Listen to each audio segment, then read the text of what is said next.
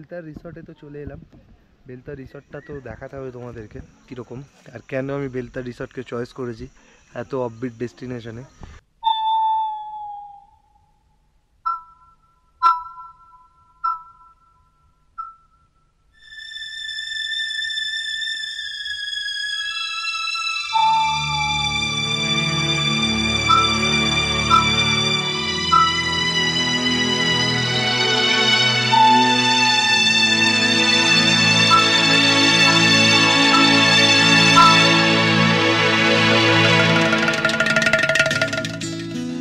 ঠিক করেছি, রাস্তা দেখ বলে কিছু নেই এখানে, মানে রাস্তা যেটা আছে আমি নিজেই বুঝতে পারছি, আমি চালাচ্ছি তো কতটা স্ট্রিপ। স্টেশন সোনাদা যেখানে চলে এলাম, আর মাত্র ম্যাপ বলছে 9 কিলোমিটার। পাহাড়ি বৃষ্টি শুরু হয়ে গেছে, ফোঁটা ফোঁটা পড়ছে, কিছু দেখা যাচ্ছে না, তার মধ্যে গাড়ি চালাচ্ছি। এই অভিজ্ঞতা আমার এই প্রথমবার হলো, অসাধারণ লাগছে, অসাধারণ। রাস্তা যেতে যেতে দাঁড়াতে বাধ্য হলাম এই ঘন সুন্দর পাইন বনের মাঝখানে। এই যে সূর্যের আলো আস্তে আস্তে অল্প অল্প ঢুকছে আর ভেতরটা পুরো মেঘে, রাস্তাটা পুরো মেঘে। কাশ্মীরে গুলমার্গ যাওয়ার পথে ঠিক ঘন পাইন বনের কথা মনে পড়ে গেল। চারিদিকে ঘন পাইন বন ছিল আর আঁকা বাঁকা রাস্তার মধ্যে দিয়ে গুলমার্গের রাস্তা ছিল। এই গাছগুলোর জন্যই তো এই পরিবেশটা এত সুন্দর মনোরম হয়ে রয়েছে। আমরা এখন পশুপতি মার্কেটে আছি, যেটা সম্পূর্ণ নেপালে। এই যে মেঘ আমাদের মাথার উপর দিয়ে হাতের সামনে দিয়ে ছুঁয়ে ছুঁয়ে চলে যাচ্ছে, এটা কিন্তু দেখার বিষয়। এটা কিন্তু কলকাতায় বসে পাবে না।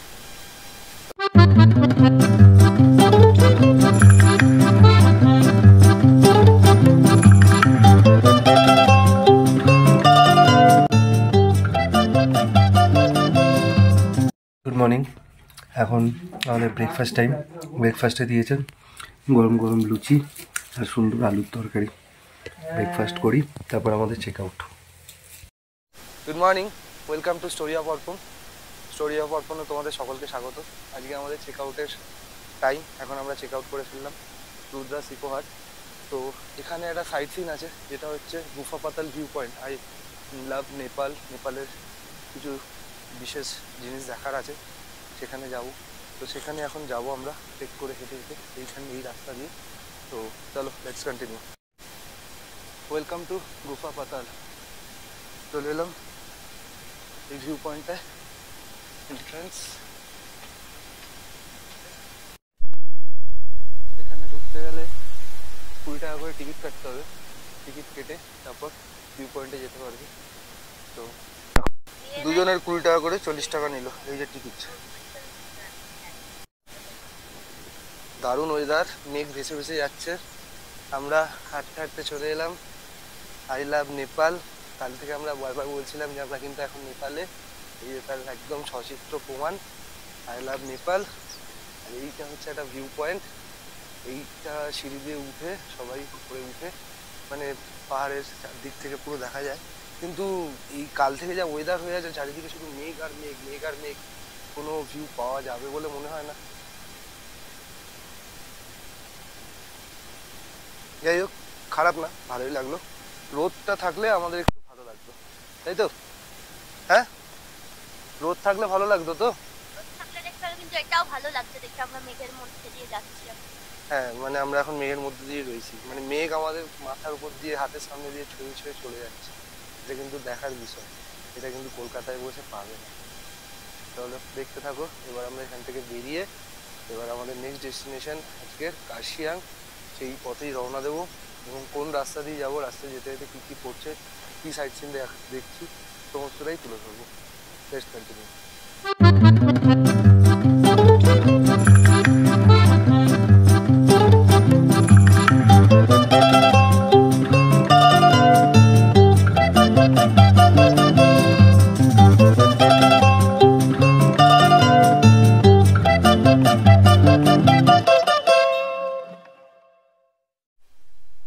হোমস্টে ছেড়ে দিলাম।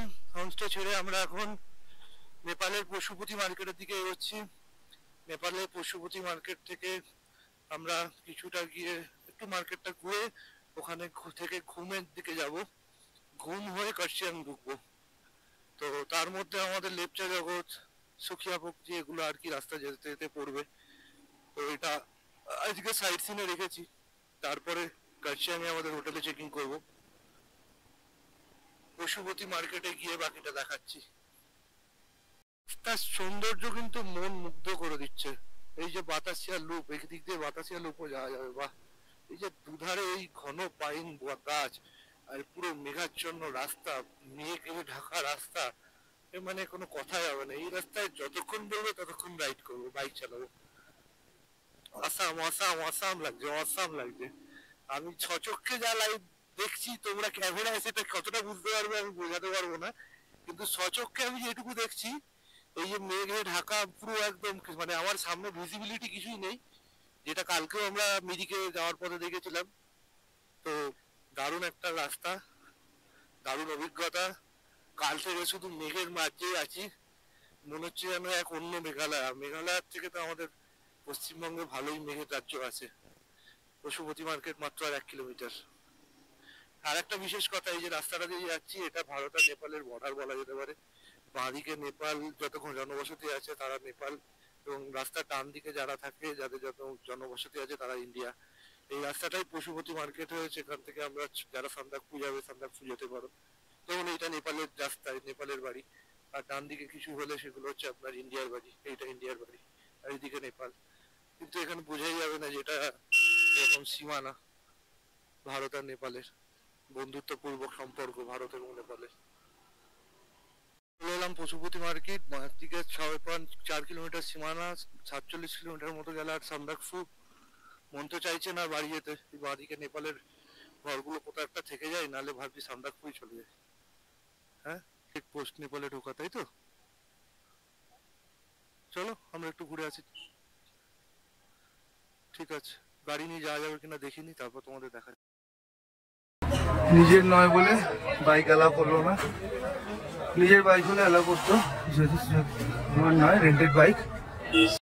We are now at Pashupati market. আমরা এখন পশুপতি মার্কেটে আছি, যেটা সম্পূর্ণ নেপালে। এই যে এখান থেকে পশুপতি মন্দির 3 কিলোমিটার, হেঁটেও যাওয়া যায়, এই মারুতি অমনি ভ্যান ট্যাক্সিগুলোও যাওয়া যায়। তো আমরা যাব না, আমাদের বাইকটা অ্যালাউ করলো না ভেতরে ঢুকতে, নাহলে বাইক অ্যালাউ করলে বাইক নিয়ে যেতাম। নিজের বাইক হলে স্মার্ট কার্ড জমা দিয়ে যাওয়া যায়। হার্ড কপি স্মার্ট কার্ড, মানে অরিজিনাল কার্ডটা জমা দিয়ে তবেই আপনি যেতে পারবেন বা তুমি যেতে পারবে। অন্যের বন্ধুর বাইক বা রেন্টেড বাইক নট অ্যালাউ। তো সেই কারণে আমরা আমাদের বাইকটা পার্ক করে মার্কেটে একটু হেঁটে দেখার ইচ্ছে ছিল। নেপাল এলাম, পশুপতি মার্কেট যাব না, সেই জন্য। এই যে নেপালের ট্যাক্সি।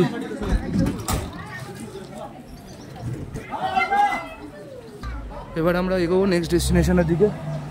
নেক্সট ডেস্টিনেশন আমাদের ঘুম স্টেশনের কাছাকাছি, লেপচা জগৎ হয়ে। কি কিছু নেবে নাকি? দেখো কি নেবে। এই যে থ্যাংক ইউ, এটা ওয়েলকাম টু নেপালের গেট। প্রত্যেকটা নেপালের গাড়ি, প্রত্যেকটা দুপা ছাড়া ছাড়া কিন্তু ওয়াইন আর বিয়ারের শপ আছে। আমার মতো ক্যান্ডিডেটরা খুশি হবে। চলো এবার নেক্সট ডেস্টিনেশনে দেখা হবে। কাশ্মীরে গুলমার্গ যাওয়ার পথে ঠিক ঘন পাইন বনের কথা মনে পড়ে গেল। চারিদিকে ঘন পাইন বন ছিল, আর আঁকা বাঁকা রাস্তার মধ্যে দিয়ে গুলমার্গের রাস্তা ছিল। রোদ উঠেছে কাল পর্যন্ত, আজকে সকাল পর্যন্ত মেঘলা ছিল বিশাল। এদিকে ওয়েদারটা একটু ভালো, রোদ উঠেছে, ভিজিবিলিটি ক্লিয়ার। আমরা এখন যাচ্ছি সীমানা ভিউ পয়েন্ট, যেখান থেকে হচ্ছে তোমার মানেভঞ্জন জায়গায়, তাই তো? সীমানা ভিউ পয়েন্ট থেকে মানেভঞ্জন, মানে যারা আমাদের মানেভঞ্জন সুকিয়া পোখরি, হ্যাঁ রাইট। যেখান থেকে আর কি তোমরা ইয়েতে যেতে পারবে, কোথায় যেতে পারবে? সান্দাকফু। সান্দাকফু আমার ডিকশনারিতে একটা ঘোরার জায়গা বাকি রইলো।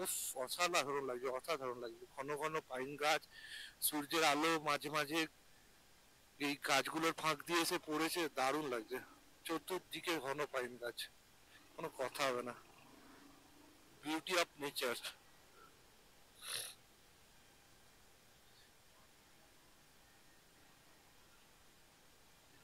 এই গাছগুলোর জন্যই তো এই পরিবেশটা এত সুন্দর মনোরম হয়ে রয়েছে। মানে ভিউ পয়েন্ট ক্রস করলাম, বিশেষ কিছু দেখার নেই, ওই দুটো চারটে দোকান, মার্কেট, ওখান দিয়ে নেপাল বর্ডার। যাবে নেপাল বর্ডার? আমরা এক্ষুনি নেপাল বর্ডার দেখে এলাম, সেই জন্য সীমানা ভিউ পয়েন্টে এসে নেপাল বর্ডার আলাদা করে যাওয়ার ইচ্ছে হলো না। ওখানে অনেক পর্যটক দাঁড়িয়ে ছিল দেখলাম,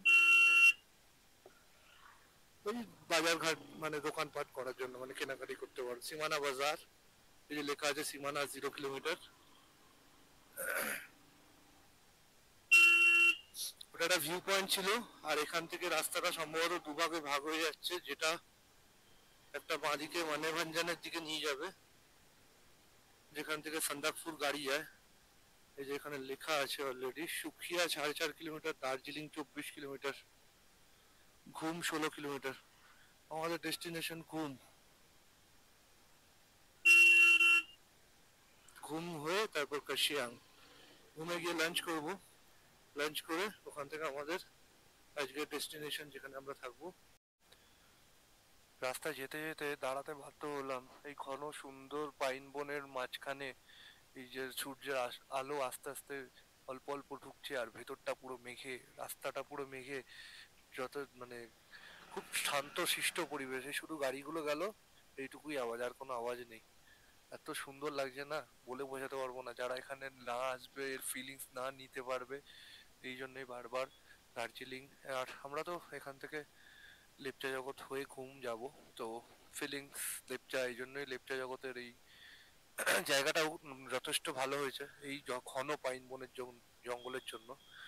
তো তোমরা যখন এই রাস্তা দিয়ে যাবে তোমাদেরও অবশ্যই ভালো লাগবে। যখন তোমরা এই সুখিয়া পকরি দিকে যাবে বা আমাদের সীমানা ভিউ পয়েন্ট বা নেপালের দিকে যাবে, এই রাস্তা দিয়ে তোমাদেরও ভালো লাগবে।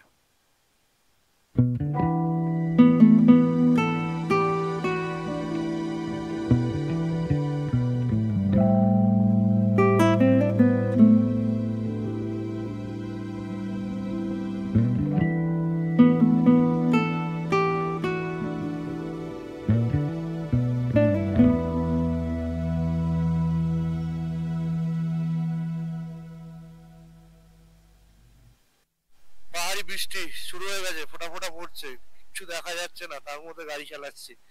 এই অভিজ্ঞতা আমার এই প্রথমবার হলো, অসাধারণ লাগছে, অসাধারণ। দাঁড়াতে ইচ্ছে করলেও দাঁড়াবো না, এর মধ্যে দিয়ে যাবো আস্তে আস্তে, কোনো কথা হবে না। উফ, অসাম ওয়েদার, অসাম ওয়েদার। যারা বলে পাহাড়ে বৃষ্টি ভালো লাগে না, আমি বলবো পাহাড়ে এইরকম বৃষ্টি যথেষ্ট ভালো লাগে। মেঘালয়ে গেছিলাম আমরা, মেঘালয় সারা বছর বৃষ্টির জন্য বিখ্যাত। মেঘালয় এরকম ওয়েদারই ছিল, কিন্তু আমি যা দেখতে পাচ্ছি আজকের ওয়েদার এই জায়গাটা এসে, এটা আমরা এখন কোথায় পার হলাম? সুখিয়া পকরি। ঠিক সুখিয়া পকরি মার্কেট ছিল, মার্কেটটা ক্রস করার পর থেকেই এখন পুরোপুরি এই ওয়েদারটাই এতক্ষণ। মানে পাহাড়ে, দার্জিলিং এর পাহাড়ে আসলে কখন বৃষ্টি হবে, কখন জল মানে রোদ্দুর উঠবে, কোন পাহাড়ে কোন জায়গাটা কি হবে কেউ কিছু বুঝতে পারবে না। মানে আমি কিভাবে বাইক চালাচ্ছি আমি জানি, আর একবার প্রথমত অচেনা রাস্তা, চেনা রাস্তা নয়, ঠিক আছে, তার মধ্যে কোনো zero visibility, of, mind blowing. এটা সারা জীবনের মেমোরি হিসাবে থেকে যাবে আমার কাছে। অসাধারণ, অসাধারণ।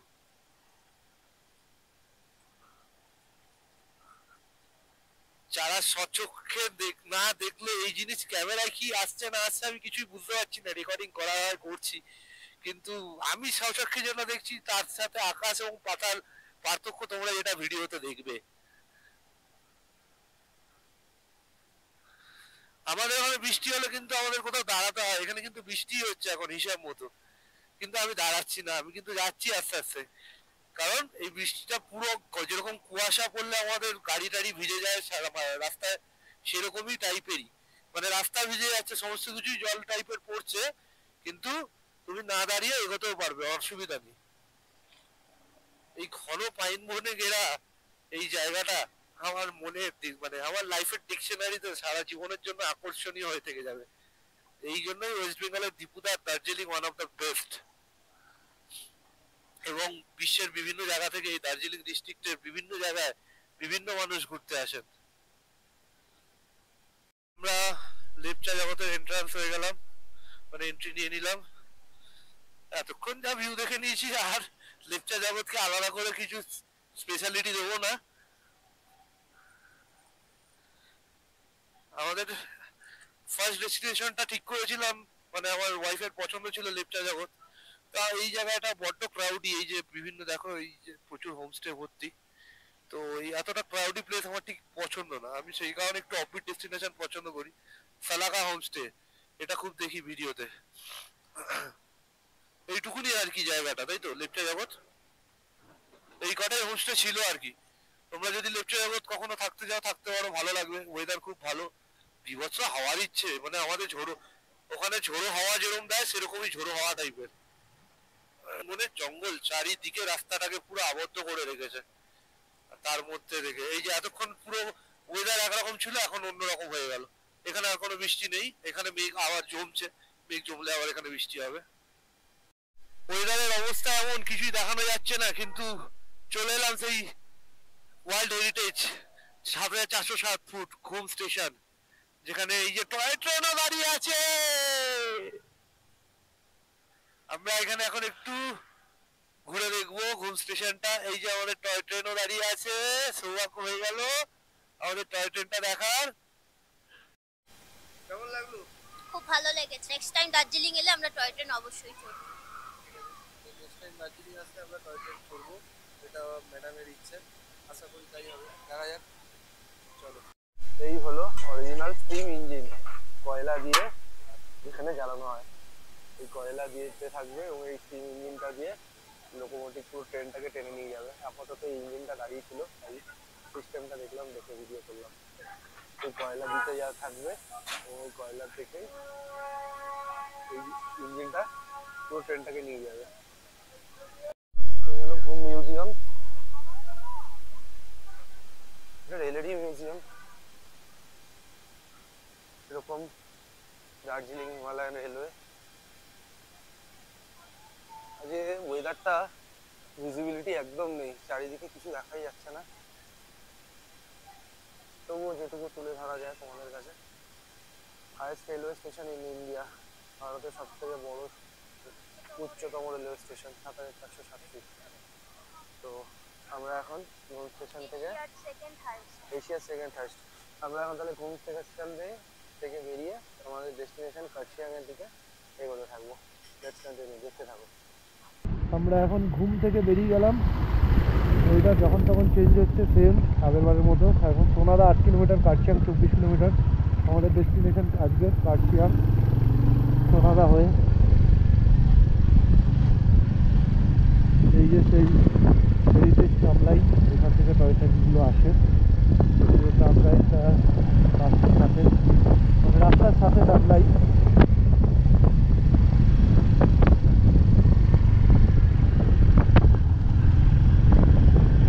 যেটা আমাদের গতকাল আসার দিনও কিছুটা চোখে পড়েছিল হিলকাট রোডে, তারপর হিলকাট রোড ছেড়ে দেওয়ার পরে তখন ট্রামলাইনটা আবার ঠিক হয়ে যায়।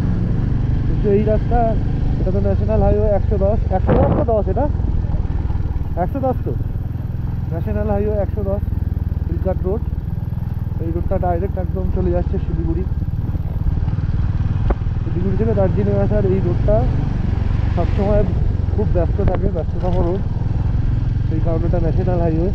তার সাথে এই tram line, sorry train line, toy train line. Station Sonada, যেখানে চলে এলাম। আর মাত্র ম্যাপ বলছে ৯ কিলোমিটার আমাদের রিসর্ট, যেখানে আমরা থাকবো। সোনাদা এরিয়া এলাকাটা একটু বেশ ভালো, ব্রিটিশ আমলের প্রথম তৈরি এই স্টেশনটা।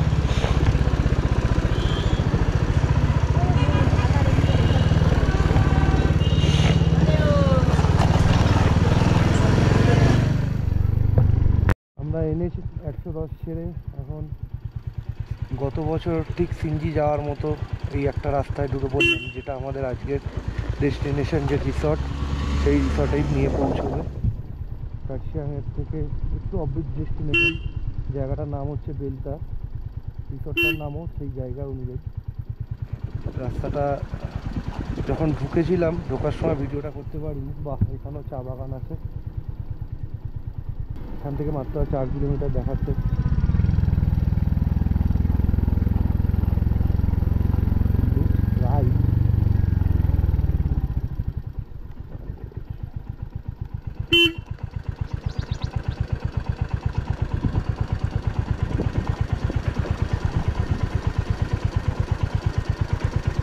দেখতেই পাচ্ছ কতটা টাফেস্ট রাস্তা। স্ট্রিপগুলো খুব ঢাল, মানে এতটাই ঢাল বলার বাইরে। খুব কেয়ারফুলি গাড়ি চালাতে হচ্ছে চা বাগানের মধ্যে দিয়ে রাস্তাটা।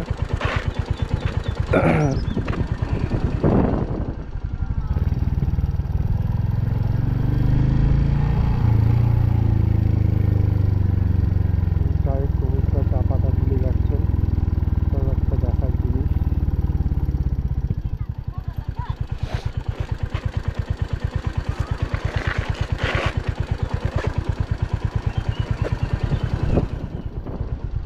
তবে আগের বছরও হান্টারই নিয়েছিলাম, এবছরও হান্টারই নিয়েছি।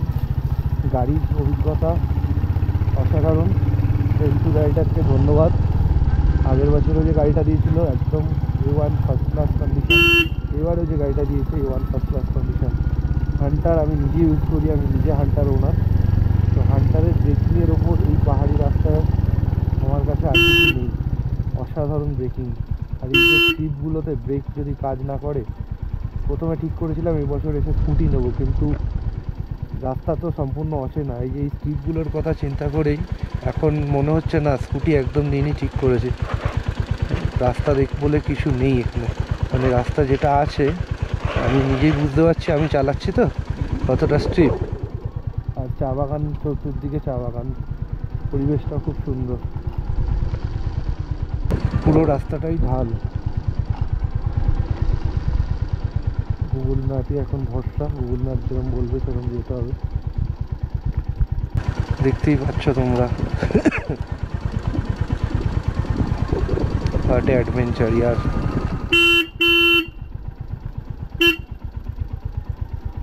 উফ, চা বাগানে ঘেরা জায়গা। চা বাগান একদম আমার হাতের মুঠোয়, একদম পাশে। এই যে গাছগুলো, এগুলো চা গাছ, প্রত্যেকটা গাছ চা গাছ। অসাধারণ অভিজ্ঞতা। রাস্তা যেরকম সেরকম ভিউ, সিনারি দারুণ লাগবে।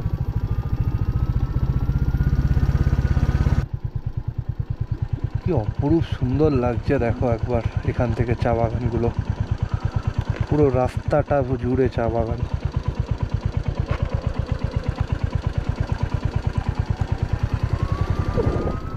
প্রত্যেকটা স্ট্রিপই কিন্তু একটা করে ছোট ছোট পরীক্ষা। আর ওপাশ থেকে গাড়ি এলে তো কোনো কথাই নেই।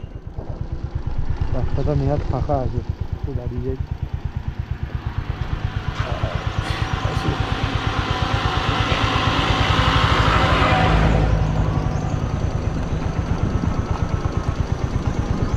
সম্পূর্ণটাই হান্টারের ব্রেকের ওপর যাচ্ছি, সামনে এবং পেছনে।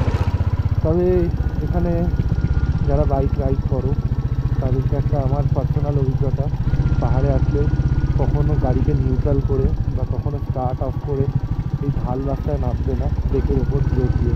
কারণ ব্রেক কন্টিনিউ চলতে চলতে চলতে চলতে চাকার সাথে ঘর্ষণে ব্রেক খুব গরম হয়ে যায়, ব্রেক শুট, তখন ব্রেক ফেল করার সম্ভাবনা থাকবে না। ব্রেক ফেল করলে কোনো অপশানই থাকবে না তোমার। তাই জন্য এখানে সবথেকে বেস্ট হচ্ছে ইঞ্জিন ব্রেক। গাড়িতে স্টার্টে রেখে ক্লাচ আর অ্যাক্সিলেটার অপারেট করে ইঞ্জিন ব্রেকিং করে আস্তে আস্তে তার সাথে ব্রেককে কাজে লাগিয়ে গাড়িতে এই ঢালগুলোর সাথে নিয়ে যাওয়া।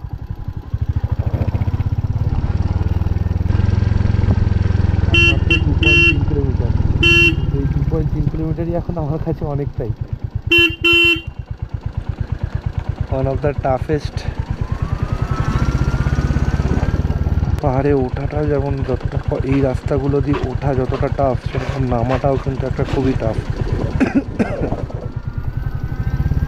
ওঠার সময় তো গাড়ি অ্যাক্সিলেটার দিলে অ্যাক্সিলেটারের ওপর বেস করে ফার্স্ট গিয়ার বা সেকেন্ড গিয়ার দিয়ে বেরিয়ে গেল, কিন্তু নামার সময় ব্রেক যদি প্রপারলি ইউজ না করতে পারো এবং ইঞ্জিন ব্রেকিং যদি ইউজ না করতে পারো, কিন্তু খুব টাফ। যাই হোক, এই কঠিন রাস্তার মধ্যে দিয়ে ওই চা বাগানটা আমার মনকে ভরিয়ে দিচ্ছে। এরকম একটা জায়গার মধ্যে দিয়ে আমি গাড়ি চালিয়ে যাচ্ছি। রোজ সকালে উঠে চা না খেলে ঘুম ভাঙে না। আমার মতো অনেকেই আছে চা প্রেমী, কিন্তু এই চা বাগানের মধ্যে দিয়ে যাওয়ার অভিজ্ঞতা আলাদাই, সেরা।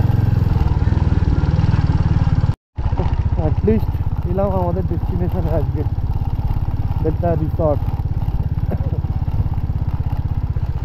যেখানে ওয়েলকাম করা আছে। अंदर बाइक अलाउ है? बुकिंग है, बुकिंग है। এটা হবে রিসেপশন। বেলতার রিসর্টে তো চলে এলাম। বেলতা রিসর্টটা তো দেখাতে হবে তোমাদেরকে কীরকম, আর কেন আমি বেলতা রিসর্টকে চয়েস করেছি এত অফবিট ডেস্টিনেশনে। সবার প্রথম হচ্ছে এই যে উঠেই ডানাতে এটা রিসেপশন, আর এখান থেকে দুর্ভাগের রাস্তা ভাগ হয়ে গেছে। এই সাইডটা সুইমিং পুল আছে, আর এই সাইডে কটেজগুলো রয়েছে। আর পুরো এলাকাটা দেখো, মনে হচ্ছে একটা মানে অন্য জগতে চলে এসেছি। চা মেঘের মধ্যে রয়েছি আমরা, আর চারিদিকে কিন্তু চা বাগান। যে চা বাগানগুলো দিয়ে গাড়ি চালিয়ে এলাম। আমাদের এই প্রত্যেকটা কটেজ, এগুলো এই যে এক একটা করে কটেজ, প্রত্যেকটা কটেজের পেছনে চা বাগান আছে। সুন্দর রাস্তা করা, বাচ্চারা এলে তাদের জন্য সুন্দর দোলনারও ব্যবস্থা আছে, আরাম করে তারা টাইম পাস করে নিতে পারবে। এই যে সুন্দর চা বাগান, মানে মেঘে ঢাকা। সকাল থেকেই আমরা যখন এসেছিলাম তাও পরিষ্কার ছিল, এখন মোটামুটি আরও বেশি মেঘ হয়ে গেছে। আমাদের কটেজ হচ্ছে ওই যে দূরে দেখা যাচ্ছে 6 নম্বর কটেজটা। এখানে অনেকগুলো কটেজ আছে। ওই যে কটেজের ইনসাইডে কী আছে, কীরকম আছে দেখাচ্ছি তোমাদের। তার আগে পুরো এলাকাটা দেখিয়ে দিই।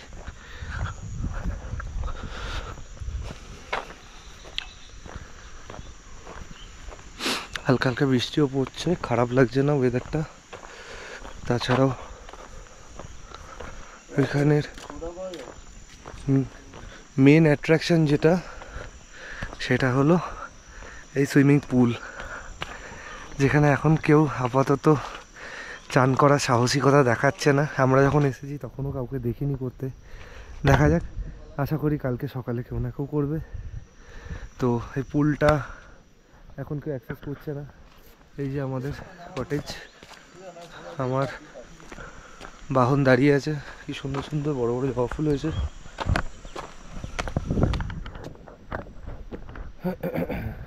এই যে এটা হচ্ছে আজকে থাকার জন্য আমাদের কটেজ।